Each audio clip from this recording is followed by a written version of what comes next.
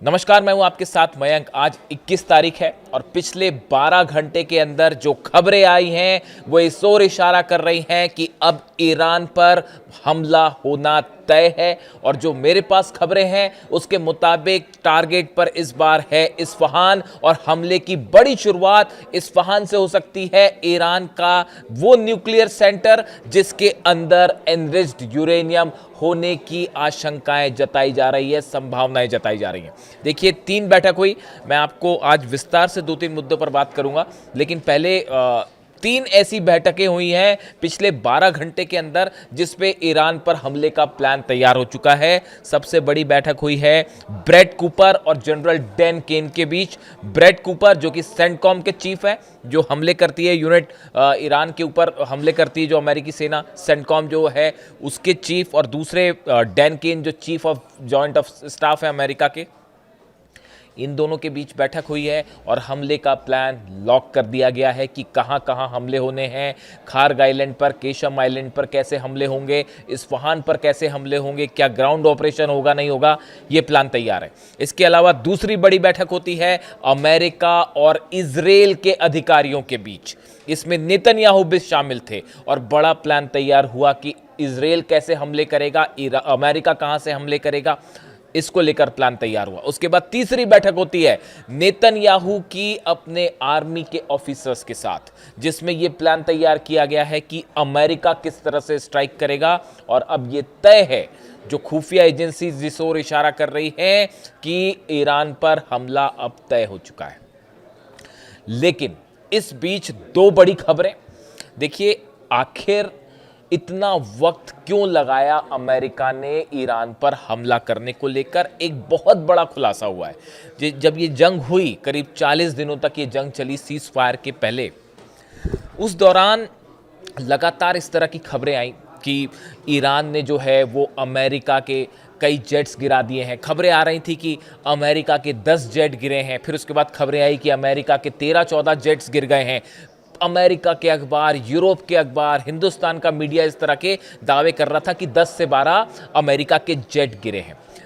उस जंग के बीच में एकमात्र हिंदुस्तान का ये पॉडकास्ट चैनल, मैंने ये दावा किया था कि 25 से 30 अमेरिका के जेट तबाह हो गए हैं। आप मेरा वीडियो उठा के देख लीजिए। मैंने डंके की चोट पर यह दावा किया था कि अभी आप 25 से 30 गिरने की बात है, लेकिन जब यह जंग खत्म होगी उसके बाद जो आंकड़े आएंगे उसको सुनकर आप हैरान रह जाएंगे। और कल अमेरिका की कांग्रेस, मैं अब किसी एजेंसी की बात नहीं कर रहा हूं, अमेरिका की संसद की एक फैक्ट फाइंडिंग कमिटी जो थी, जो सर्च कर रही थी, उसने ये बात कही है कि अमेरिका के 42 जेट्स ईरान ने तबाह किए हैं इस जंग के बीच। ये दावा अमेरिका की संसद की वो कमेटी जो है वो कर रही है। रिसर्च सर्विस रिपोर्ट जो है उसमें आई है। देखिए खबर क्या है, देखिए, US congressional research service report acknowledged that 42 American aircrafts were destroyed और damaged during the war on Iran. America की संसद की जो कमिटी है, रिसर्च सर्विस रिपोर्ट जो दे रही है, इसमें यह दावा कर रही है कि 42 जेट अमेरिका के जो है वो हिट किए ईरान ने, और एक्चुअल नंबर इससे भी ज्यादा हो सकता है। मैंने आपको कहा था, देखिए बड़ी सारी चीजें ऐसी होती हैं, जब आप जंग में किसी चीज का एनालिसिस करते हैं तो आपको बहुत सारी चीजों का डेटा अपने पास रखना पड़ता है। रडार्स पर कितने प्लेन फ्लाई किए हैं, कौन से सेंटर से फाइटर जेट टेक ऑफ कर रहे हैं, F-16 कहां से टेक ऑफ कर रहा है, F-35 कहां से टेक ऑफ कर रहा है, किस जगह पर ईरान के अटैक्स ज़्यादा हैं, कौन से बेसिस पर जो है अटैक, ये सब एनालिसिस करने के बाद इस तरह के जो दावे हैं मैंने रखे थे अपने पॉडकास्ट में कि 25 से 30 जेट ऑलरेडी हिट हो चुके हैं अमेरिका की, और ये संख्या बढ़ सकती है। और ये इस बात की मुहर है, अमेरिका खुद इस बात को मोहर लगा रहा है। बड़े सारे लोगों ने सवाल उठाए मुझ पर कि आप जो बात कह रहे हैं ये आप एग्जेजरेशन कर रहे हैं, बड़ा चढ़ा के आप बता रहे हैं, अमेरिका इतना पावरफुल देश है और ईरान कैसे उसे हरा सकता है, इतना नुकसान कैसे पहुंचा सकता है, आरजीसी के दावे गलत है, इस तरह के तमाम आरोप मेरे पर लगे। लेकिन आज अमेरिका की संसद की ये कमिटी कह रही है कि 42 जेट हिट हुए। खबर एक बार फिर सच साबित हुई। जब ये जंग शुरू हुई थी तब भी ये सवाल उठते थे कि आप जो है ईरान को बढ़ा चढ़ा के दिखा रहे हैं, आप ईरान कैसे मुकाबला करेगा अमेरिका। मैंने तब भी कहा था, बार बार मैं ये बात रिपीट कर रहा हूं कि शाहिद ड्रोन और ईरान की मिसाइल्स बेहद घातक साबित होंगी, और देखिए वही हुआ। और अब ये एक और दावा साबित हुआ है 42 अमेरिकन जेट्स का। दूसरी बड़ी खबर, ये तो अभी की बात है, ज्यादा पुरानी नहीं है। यूएई के न्यूक्लियर सेंटर पर, न्यूक्लियर प्लांट पर अबू धाबी में हमला होता है। इस हमले के बाद अगले दिन मैंने आपको वीडियो बनाया था, आपको याद भी होगा, अभी 2-3 दिन पुरानी ही बात है। मैंने वीडियो बनाया था, मैंने आपको ये कहा था कि ये हमला किसकी तरफ से हुआ है ये साफ नहीं है, ये फॉल्स फ्लैग ऑपरेशन हो सकता है। जो रडार्स बता रहे थे, जो चाइना से खबरें थी, सोर्सेस से बड़ी सारी चीजें होती है जो आपको एनालाइज करनी होती है। जो रशिया और चाइना के सैटेलाइट्स जो बात बता रहे थे, वो ये कह रहे थे कि सऊदी अरब का एयर स्पेस ट्रैवल करके ये ड्रोन्स आए थे जिन्होंने अबू धाबी में न्यूक्लियर प्लांट पर हमला किया। और अब ये बात निकल के सामने आ रही है, इस तरह के दावे ईरान कर रहा है कि ये हमले इजराइल ने करवाए थे। इजराइल ने यूएई में अबू धाबी में न्यूक्लियर प्लांट पर हमला नेतन्याहू के कहने पर करवाया गया। इजराइल ने ड्रोन भेज के हमले करवाए गए। इराक में 2 सीक्रेट बेसेस हैं इजराइल के, इस तरह की खबरें हैं। और वहां से ये जेट्स ने, ये ड्रोन्स ने टेक ऑफ किया था। जो 3 ड्रोन आए थे, 2 को यूएई ने मार गिराया, तीसरा अबू धाबी में उस जनरेटर पर गिर गया जो न्यूक्लियर प्लांट का था। और मकसद यह था कि ईरान और यूएई के बीच हालात खराब हो जाएं। यह कोशिश थी इजराइल की। इस तरह की बात ईरान ने अपने नई रिपोर्ट में कही है, जो कि सैटेलाइट से इमेजेस आई हैं उसके आधार पर।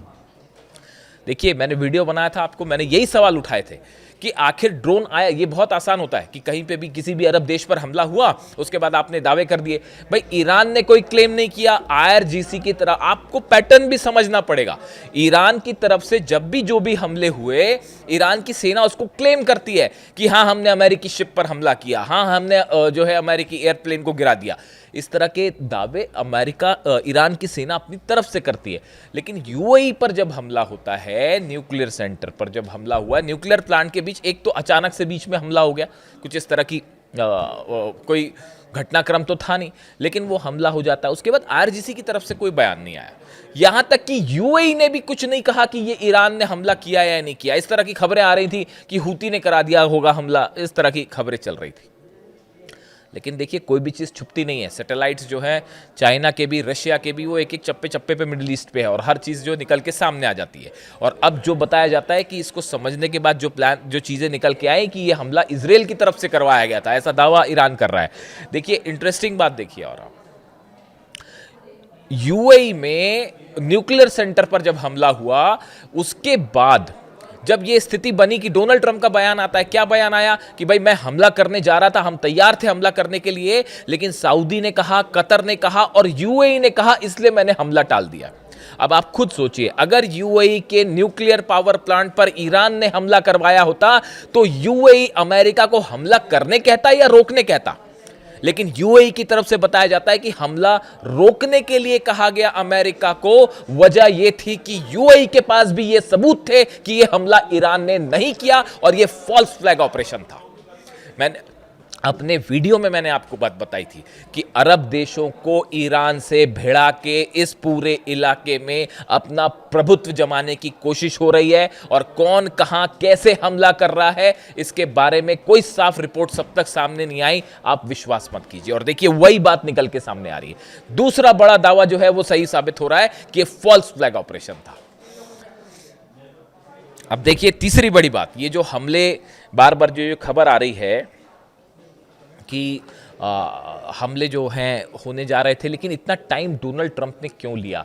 इसकी बहुत बड़ी वजह है, ये जो 42 एयरक्राफ्ट गिरे हैं अमेरिका के या हिट किए ईरान ने, इसके बाद अब रिपोर्ट ये है पेंटागन की कि अगर अमेरिका के जेट्स हमला करते हैं तो बड़ी संख्या में रशिया ने और चीन ने अपना defence system, defence missiles provide कर दी हैं ईरान को इस सीज फायर के दौरान। ऐसी खबरें हैं। और ईरान ने अमेरिकन जेट्स का एक एक मूवमेंट जो है वो समझने की कोशिश की कि अमेरिकी जेट जब हमला करते हैं तो वो कहां से टेक ऑफ करते हैं, कितना मिनट लेते हैं हमला करने में, उनमें हवा में रिफ्यूलिंग कब की जाती है, कितने समय तक फ्यूल अवेलेबल होता है, रिफ्यूलिंग कैसे होती है, कौन से जेट रिफ्यूलिंग करते हैं, जो जेट रिफ्यूलिंग करते हैं KC-135 वो कहां से उड़ते हैं, इन्हें राउंड अबाउट लेने में कितना टाइम लगता है, एक एक चीज की जानकारी ईरान के पास है। और पेंटागन को यह पता है कि अगर अब की बार हमला होता है तो हो सकता है ये 42 इस बार गिरे, अगली बार 100 से ज्यादा अमेरिकन प्लेन्स गिर जाएं। बिल्कुल आश्चर्य की बात नहीं होगी ये। एक एक चीज की ईरान ने एनालिसिस करके बैठा है। ईरान की अगर हमला होता है तो कैसे अमेरिकन जेट्स गिराए जाएं, और इसकी हरी झंडी जानते हैं आप कहां से आई है? बीजिंग से आई है। देश के दो शक्तिशाली नेताओं की बैठक होती है, पुतिन और जिनपिंग की। उसमें विस्तार से बात हुई है कि कैसे अगर अमेरिका ने हमले किया है तो अगर हमला करता है अमेरिका तो कैसे इस बार डोनाल्ड ट्रंप की एयरफोर्स को तबाह करना है। इसका प्लान बीजिंग में तैयार हो चुका है। देखिए, मेरे पास कोई सोर्स नहीं है इस बात को प्रूफ करने का। मुस्तफा खामेनी की बताया यह जाता है कि पुतिन और जिनपिंग ने इस मीटिंग के बीच में मुस्तफा खामेनी को फोन लगाया गया और यह तय किया गया है कि आगे क्या करना है।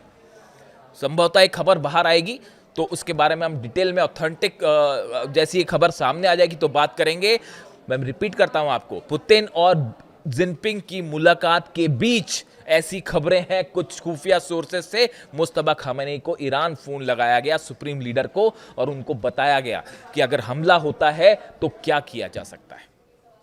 कल मुस्तफा खामेनी का बयान आया है कि या तो हम शहीद होंगे या हम जीतेंगे, हम सरेंडर नहीं करेंगे। और ये पुतिन और जिनपिंग के बयानों के बाद आया है। आप जिनपिंग और पुतिन के बयान देखिए कि वो क्या कह रहे हैं। पुतिन का बयान ये आ रहा है, उन्होंने इस बात को साफ कर दिया है। देखिए, यूरेनियम को लेकर बातचीत कर दी गई है, जो ऑप्शन है वो सामने रख दिया गया है और ये डेड एंड है, आखिरी ऑप्शन है बस, कि अगर यूरेनियम रूस को दे दिया जाए, शायद हो सकता है ईरान इसके लिए तैयार हो जाए। लेकिन सवाल यह है कि क्या ट्रंप तैयार होंगे? न्यूक्लियर मुद्दे को लेकर ईरान और अमेरिका के बीच किसी तरह की कोई बातचीत अभी आगे बढ़ती नहीं दिख रही।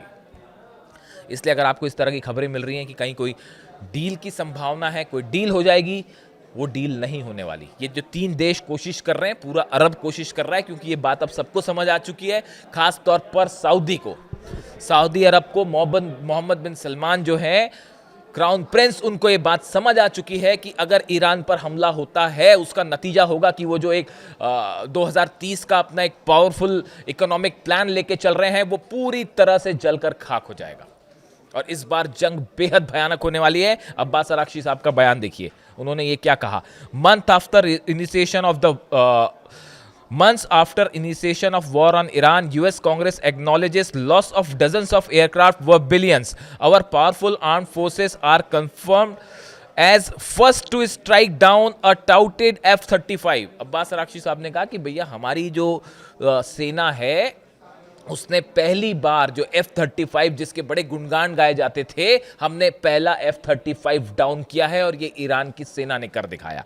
इसके साथ ही उन्होंने कहा, with lessons learned and acknowledge we gained return to war with features में मोर सरप्राइजेस। उन्होंने कहा कि आने वाले समय में हम और बड़े सरप्राइजेस दे सकते हैं।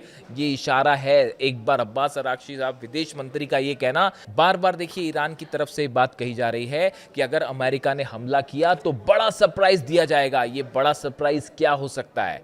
क्या ये बड़ा सरप्राइज, ये जो 42 जेट गिरे, क्या इसी अंदाज में डिफेंस सिस्टम के जरिए जवाब दिया जाएगा? क्या बाबल मंदेब बंद कर दिया जाएगा, या फिर उस मिसाइल्स का इस्तेमाल किया जाएगा जिनकी रेंज पिछली मार के मुताबिक और ज्यादा है? और क्या नए ठिकाने निशाने पर होंगे? अरब तो पूरा जलेगा ही जलेगा, इसमें तो कोई शक ही नहीं है। तो ये इस ओर इशारा कर रहा है कि अगर जंग है तो अगर जंग होती है, अमेरिका हमला करता है तो इस बार शायद पिछली बार के मुकाबले और घातक जंग देखने को मिले। इसमें कोई शक नहीं है कि कम से कम मिडिल ईस्ट में वर्ल्ड ऑर्डर बदल चुका है। यहाँ पे पुतिन, जिनपिंग और ईरान की परमिशन के बिना अब किसी तरह का कोई फैसला नहीं दिया जा सकता। हॉर्मुज में दोनों के जहाज आमने सामने खड़े हुए हैं। ईरान ने ऐलान कर दिया है कि पूरे हॉर्मूज पर अब हमारा अधिकार होगा। पहले तो हमने छोड़ रखा था, यहाँ से इंटरनेशनल एरिया छोड़ रखा था जहाँ से जहाज निकल रहे थे, लेकिन अब यहाँ से कोई भी जहाज हमारे नियमों के मुताबिक ही क्रॉस होगा और जैसा ईरान की सेना चाह रही है उसके मुताबिक ही क्रॉस होगा। बात नंबर 1। बात नंबर 2, जेडी वेंस का एक बयान आया है। जेडी वेंस ये कह रहे हैं कि अगर ईरान के पास परमाणु बम आ गया तो और देश भी परमाणु बम बना लेंगे। जैसे सऊदी अरब कहता है कि अगर ईरान ने किसी तरह का कोई एक्सप्लोजन किया तो हम भी फौरन करेंगे। यानी हकीकत यह है कि पूरे मिडिल ईस्ट में इस समय एक तरफ डोनाल्ड ट्रंप है और इजराइल है और दूसरी तरफ अरब देश हैं जो कि हमला करने के पक्ष में नहीं है, और तीसरी तरफ जो है ईरान है, रूस है और जिनपिंग है। और इन तीनों का पलड़ा बहुत भारी है इस समय, और किसी भी तरह का हमला डोनाल्ड ट्रंप के लिए बड़ा नुकसानदेह साबित हो सकता है, खासकर उनके मिड टर्म पोल्स के लिए जिसमें उनकी हार तय मानी जा रही है। कल तो ये प्रस्ताव भी उनके खिलाफ जो है पास हो गया सीनेट में, और कई रिपब्लिकन सांसद जो है उन्होंने अगेंस्ट जाके वोटिंग दे दी, जो कि लिमिट करते हैं अमेरिका के राष्ट्रपति के अधिकारों को। यानी कुल मिला के हालात ये हैं कि एक तरफ जंग की बड़ी तैयारी पूरी हो चुकी है और इंतज़ार सिर्फ इस बात का है कि क्या आखिरी वक्त में किसी तरह का जो अरब देशों की तरफ से कोशिश हो रही है कि कुछ बातचीत शुरू की जाए या किसी डील तक पहुंचा जाए, क्या मामला उस दिशा में जाएगा, या जैसा ईरान कह रहा है कि या तो शहीद होंगे या जीतेंगे। जो अपडेट होगा आप तक पहुंचाऊंगा। Thank you so much.